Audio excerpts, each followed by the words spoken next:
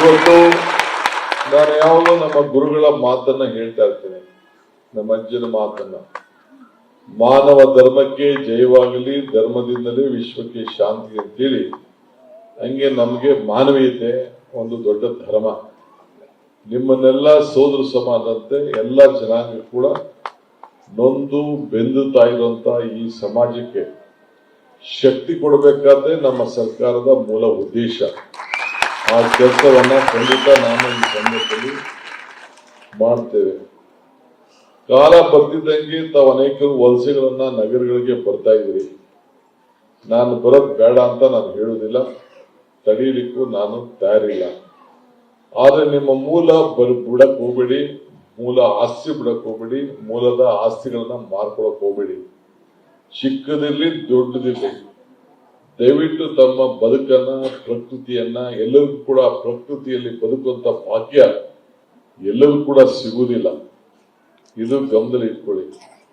ತಾವೆಲ್ಲ ಗಮನಿಸಿರ್ಬೇಕು, ಅಂಬಾನಿ ಅವ್ರ ಸುಪುತ್ರ ಎಷ್ಟೇ ದೊಡ್ಡ ಶ್ರೀಮಂತ ಆದ್ರೂ ಕೂಡ ಕೊನೆಗೆ ಒಂದು ದೊಡ್ಡ ಝೂ, ಎಲ್ಲ ಪ್ರಾಣಿ ಪಕ್ಷಿಗಳಿಗೆ ಅದಕ್ಕೆಲ್ಲ ಸರಿ ಮಾಡೋಂತ ಕೆಲಸ, ಆರೋಗ್ಯಕರವಾಗಿ ಔಷಧಿ ಕೊಡುವಂತ ಕೆಲಸ ಎಲ್ಲ ಗುಜರಾತ್ ಅಲ್ಲೇ ಇಲ್ಲ ಅಂತಾರ ಅಂತ ಮಾಡಿದ್ದಾರೆ. ನಾನು ಯಾವತ್ತಾರು ಒಂದಿನ ಹೋಗ್ಬೇಕು ಅಂತಿದ್ದೇನೆ.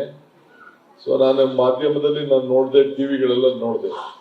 ಎಷ್ಟೇ ದೊಡ್ಡವರಾದ್ರೂ ಕೂಡ ಕೊನೆಗೆ ಮನ್ಸು ಎಲ್ಲಿಗೆ ಹೋಗ್ತಾ ಇದೆ, ಅವನ ಮೂಲ ಬದುಕಿನಕ್ಕೆ ಎಳಿತಾ ಇದೆ.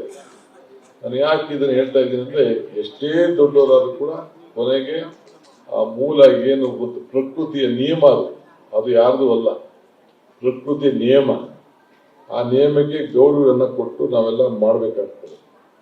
ಆದ್ರಿಂದ ನಾವು ಎಷ್ಟೇ ದೊಡ್ಡವರಾದ್ರೂ ಮೂಲ ಆದಿವಾಸಿಗಳೇನದನ್ನು ಕೂಡ ನಾನು ಕೂಡ ಮರೀಲಿಕ್ಕೆ ತಯಾರಿಲ್ಲ.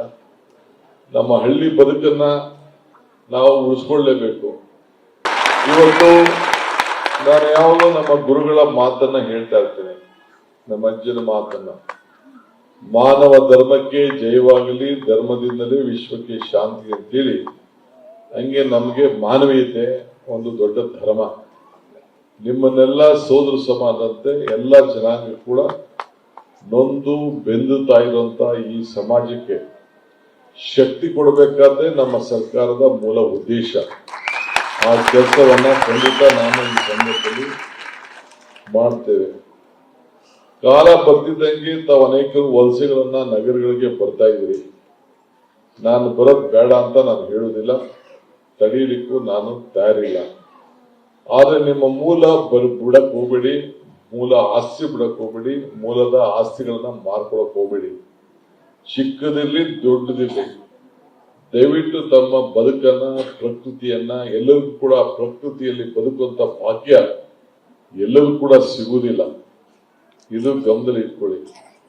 ತಾವೆಲ್ಲ ಗಮನಿಸಿರ್ಬೇಕು, ಅಂಬಾನಿ ಅವ್ರ ಸುಪುತ್ರ ಎಷ್ಟೇ ದೊಡ್ಡ ಶ್ರೀಮಂತ ಆದ್ರೂ ಕೂಡ ಕೊನೆಗೆ ಒಂದು ದೊಡ್ಡ ಝೂ, ಎಲ್ಲ ಪ್ರಾಣಿ ಪಕ್ಷಿಗಳಿಗೆ ಅದಕ್ಕೆಲ್ಲ ಸರಿ ಮಾಡೋಂತ ಕೆಲಸ, ಆರೋಗ್ಯಕರವಾಗಿ ಔಷಧಿ ಕೊಡುವಂತ ಕೆಲಸ ಎಲ್ಲ ಗುಜರಾತ್ ಅಲ್ಲೇ ಇಲ್ಲ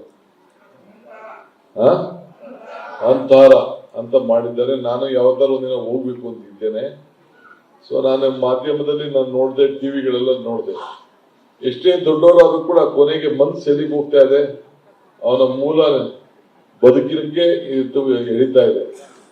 ನಾನು ಯಾಕೆ ಇದನ್ನ ಹೇಳ್ತಾ ಇದ್ದೀನಿ ಅಂದ್ರೆ, ಎಷ್ಟೇ ದೊಡ್ಡವರಾದ್ರೂ ಕೂಡ ಕೊನೆಗೆ ಆ ಮೂಲ ಏನು ಗೊತ್ತು, ಪ್ರಕೃತಿಯ ನಿಯಮ ಅದು ಯಾರ್ದು ಅಲ್ಲ, ಪ್ರಕೃತಿಯ ನಿಯಮ. ಆ ನಿಯಮಕ್ಕೆ ಗೌರವವನ್ನು ಕೊಟ್ಟು ನಾವೆಲ್ಲ ಮಾಡಬೇಕಾಗ್ತದೆ. ಆದ್ರಿಂದ ನಾವು ಎಷ್ಟೇ ದೊಡ್ಡವರಾದ್ರೂ ಮೂಲ ಆದಿವಾಸಿಗಳೇನದನ್ನು ಕೂಡ ನಾನು ಕೂಡ ಮರೀಲಿಕ್ಕೆ ತಯಾರಿಲ್ಲ. ನಮ್ಮ ಹಳ್ಳಿ ಬದುಕನ್ನ ನಾವು ಉಳಿಸ್ಕೊಳ್ಳೇಬೇಕು.